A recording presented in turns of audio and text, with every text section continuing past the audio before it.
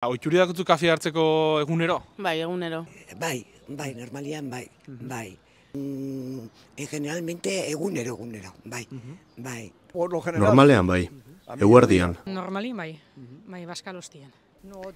Egunero, asko gustatzen zait eta ezin naiz hartu gabe egon. Apenas. Osea, batematen suerta bat da, baina normalmente isa egunero, bai. Eta zenbat kafe hartzen duzu egunean?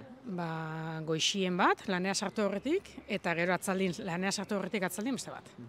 Bat bakarrik. 3 gutxi gora behera. Bi bakarrik, da nahiko, bai. 3 gutxienez, 3. Goizian, baskaldu bostian eta oin atzaldian. Goixien bat eta oin baskalostien beste bat minimo. Eta ze kafe mota, kafesnia, deskafinoa, utza? Kortao, bai guztetan jata, bai. Normalean, esnearekin. Ebakixe normalien.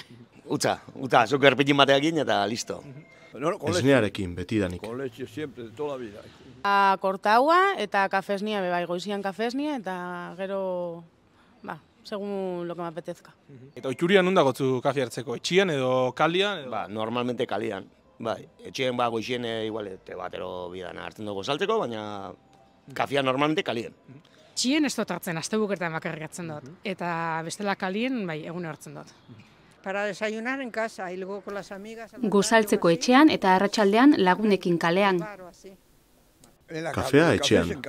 Etxean eta kanpuen bai. Kalean, hartzen dian tokian. Eta etxian edo hartzen baldin bozu, kapsuli izaten da, kafeteria italianua, ze kafe hartzen duzu? Ez, guztetan jat, momentuen jotako kafie eta espresa. Hartzen dut kapsulakoak. Yo lo tomo ahí, no sé lo que me pone. Nik kafesnea eskatzen diot.